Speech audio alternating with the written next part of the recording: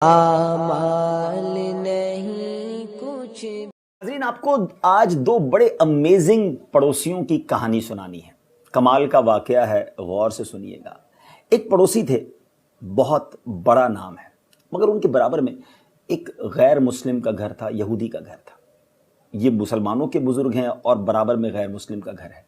وہ غیر مسلم سفر پر گیا تو اس کے گھر میں لائٹ نہیں تھی، چراغ کے لیے پیسے بھی نہیں تھے، ساری رات ان کا بچہ روتا رہتا تھا۔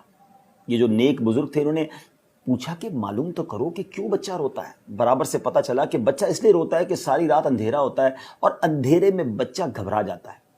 ان بزرگ نے کیا کیا کہ روزانہ رات ان کے گھر چراغ بھجوانا شروع کر دیا۔ ساری رات بچہ سکون سے سوتا۔ جب وہ یہودی سفر کر کے واپس آیا اور اس کے گھر والوں نے اسے واقعہ سنایا کہ ہمارے پڑوس میں جو مسلمانوں کے بزرگ رہتے ہیں وہ ہمیں روز چراغ بھجواتے رہے اور ہمارے بچے کو سکون پہنچاتے رہے، اس غیر مسلم کو یہ خیال آیا کہ کتنی عجیب بات ہے کہ ہمارے برابر میں مسلمانوں کے اتنے بڑے بزرگ رہتے ہیں اور اتنے اچھے اخلاق ہیں، اور ہم ہیں کہ اسلام سے دور رہ کر زندگی گزار رہے ہیں۔ وہ یہودی کے خاندان والے اس مسلمان کے گھر آئے، دروازہ کھٹکھٹایا اور گویا اس طرح کہا کہ حضور، ہمارے گھر میں تو آپ کی طرف سے چراغ کی روشنی پہنچتی رہی، اب ہمارے دل میں جو کفر کا اندھیرا ہے اسے بھی دور کیجئے، کلمہ پڑھائیے اور ہمیں مسلمان کیجئے۔ ناظرین، آپ جاننا چاہیں گے وہ بزرگ کون تھے؟ وہ کوئی اور نہیں، اولیاء کرام کے سردار حضرت سیدنا بایزید بسطامی رحمۃ اللہ تعالی علیہ ہیں، جو اپنے غیر مسلم پڑوسی کے ساتھ اتنا شاندار سلوک کرتے رہے۔ اسی طرح ایک اور بڑا عظیم نام حضرت سیدنا مالک بن دینار رضی اللہ تعالیٰ عنہ۔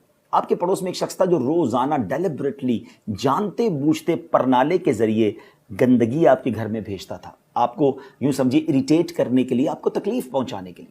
آپ کوئی جواب نہ دیتے تھے۔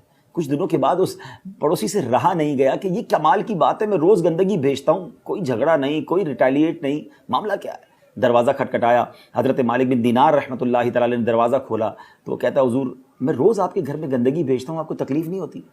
تو آپ نے فرمایا تکلیف تو بہت ہوتی ہے، تو پھر کیا کرتے ہیں آپ؟ کہا میں پانی ڈالتا ہوں، گندگی تمہاری طرف سے جو آتی ہے اسے دھو دیتا ہوں۔ غصہ نہیں آتا؟ سوال کیا اس نے۔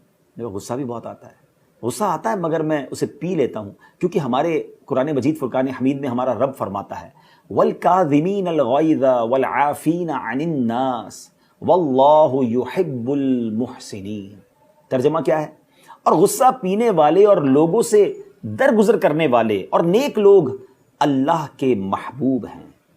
اب اس غیر مسلم نے کیا کیا؟ اس نے گویا اس طرح عرض کی کہ حضور، گھر کی گندگی جو میں نے آپ کے گھر میں بھیجی وہ تو آپ نے پانی ڈال کر دھو دی، اسے بعد میں دھوئیے گا، پہلے میرے جو سینے میں کفر کی گندگی ہے اسے دھوئیے۔ کلمہ پڑھ کر مسلمان ہو گیا۔ ناظرین، یہ دونوں واقعات ہمارے لیے کیا میسج لیے ہوئے ہیں کہ پڑوسی کے کتنے حقوق ہیں، اور ہمارے بزرگان دین وہ ہیں کہ جو غیر مسلم پڑوسیوں کے ساتھ، تکلیف پہنچانے والے پڑوسیوں کے ساتھ بھی ایسا رویہ رکھتے تھے کہ وہ کلمہ پڑھ کر مسلمان ہو جاتے۔ مگر کیا ہمارا مسلمان پڑوسی ہم سے مطمئن ہے؟ یاد رکھیے، روایتوں میں مضمون ملتا ہے کہ تم میں بہترین وہ ہے جس کا پڑوسی اس سے راضی ہو۔ کیا ہم ایسے ہیں کہ ہمارا پڑوسی ہم سے خوش ہو، پڑوسی ہمارے بارے میں اچھے الفاظ ادا کرے؟ میں آپ کو ایک حدیث پاک آخر میں سناتا ہوں۔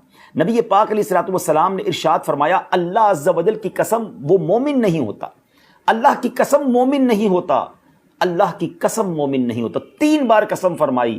عرض کی گئی کون یا رسول اللہ صلی اللہ تعالی علیہ وسلم؟ تو فرمایا وہ جس کا پڑوسی اس کی شرارتوں سے امن میں نہ ہو۔ اللہ اکبر! ذرا غور کیجئے ناظرین، یہ ہے پڑوس کے حقوق۔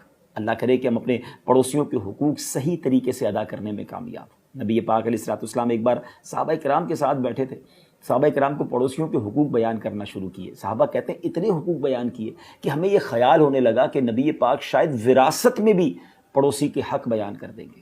اب ہمیں یہ غور کرنا ہے، ہمارے پڑوسی ہم سے راضی ہیں، یہ تکلیف میں ہیں؟ اگر وہ تکلیف میں ہے تو ان کو راضی کر لیجئے، کیونکہ پڑوسی راضی تو انشاءاللہ رب بھی